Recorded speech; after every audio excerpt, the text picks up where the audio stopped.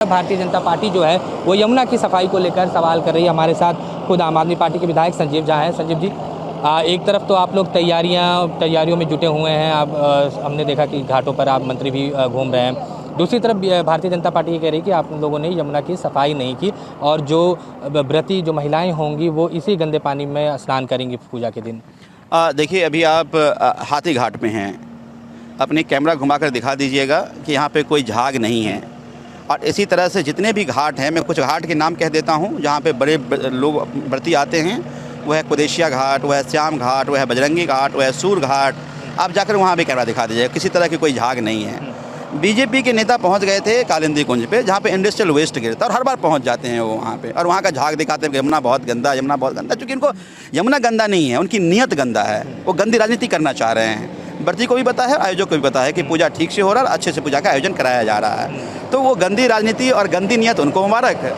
हम अच्छी आस्था के साथ पूजा की तैयारी कर रहे हैं और मुझे पूरा विश्वास है कि छठी मैया की विशेष कृपा रहेगी कि आयोजन ठीक से हो पाएगा।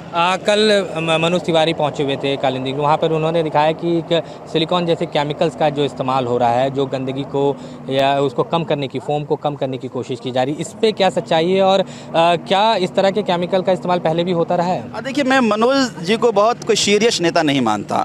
हालांकि वो अच्छे कलाकार हैं, पूर्वांचल से आते हैं। मैं भी उनका बड़ा प्रशंसक रहा हूँ, उनका गाना सुनता रहा हूँ, उनका एक्टिंग देखता रहा हूँ। ऐसे तो मैं प्रशंसक हूँ मैं उनका, लेकिन मैं कोई सीरियस नेता उनको नहीं मानता। वो पहले दिन गए होंगे वहाँ पे, और पहले दिन गए होंगे तो फ्यूमिकेशन देखा, उनका फ्यूमिकेशन अब हो रहा है, वहाँ रेगुलर फ्यूमिकेशन हो रहा है। और जिस फ्यूमिकेशन मटेरियल की बात कर रहे हैं वो नमामि गंगे में कंसिडर्ड मटेरियल है।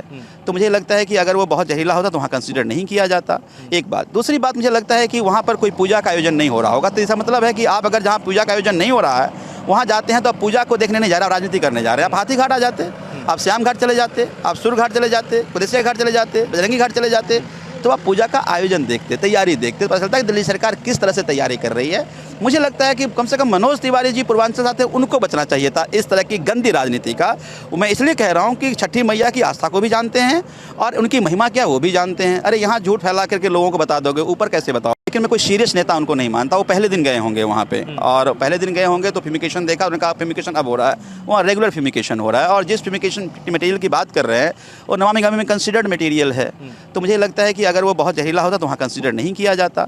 एक बात। दूसरी बात, मुझे लगता है कि वहाँ पर कोई पूजा का आयोजन नहीं हो रहा होगा। तो इसका मतलब है कि आप अगर जहाँ पूजा का आयोजन नहीं हो रहा है वहाँ जाते हैं तो आप पूजा को देखने नहीं जा रहे, आप राजनीति करने जा रहे हैं। आप हाथी घाट आ जाते, आप श्याम घाट चले जाते, आप सूर घाट चले जाते, कुदेशिया घाट चले जाते, बजरंगी घाट चले जाते, तो आप पूजा का आयोजन देखते, तैयारी देखते, तो पता चलता है कि दिल्ली सरकार किस तरह से तैयारी कर रही है।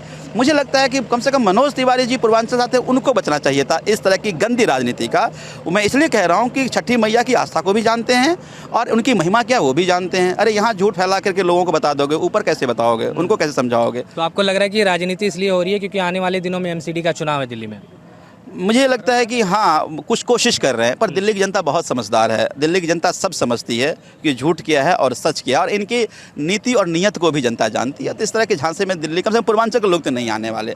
पूर्वांचल के लोगों को धोखा के सिवा कुछ नहीं दिया इन लोगों ने। अच्छा, क्या तैयारियां क्या है इस बार छठ पूजा को लेकर सरकार की, आप लोगों की, और किन किन घाटों पर पूजा होगा? क्योंकि ये भी खबर है कि शायद कालिंदी कुंज घाट जो है उस पर परमिशन नहीं मिली है पूजा करने की। हाँ, कुछ जगहों पे जहाँ दलदल था, जहाँ डीप वाटर था, वहाँ पे आयोजन का नहीं करने दिया गया है। लेकिन अब बाकी जगहों पे पूजा का आयोजन हो रहा है। 1078 और वो जगह जहाँ पे कृत्रिम घाट या नेचुरल पॉन्ड है, उन सब जगहों पे बहुत अच्छे से पूजा हो रहा है।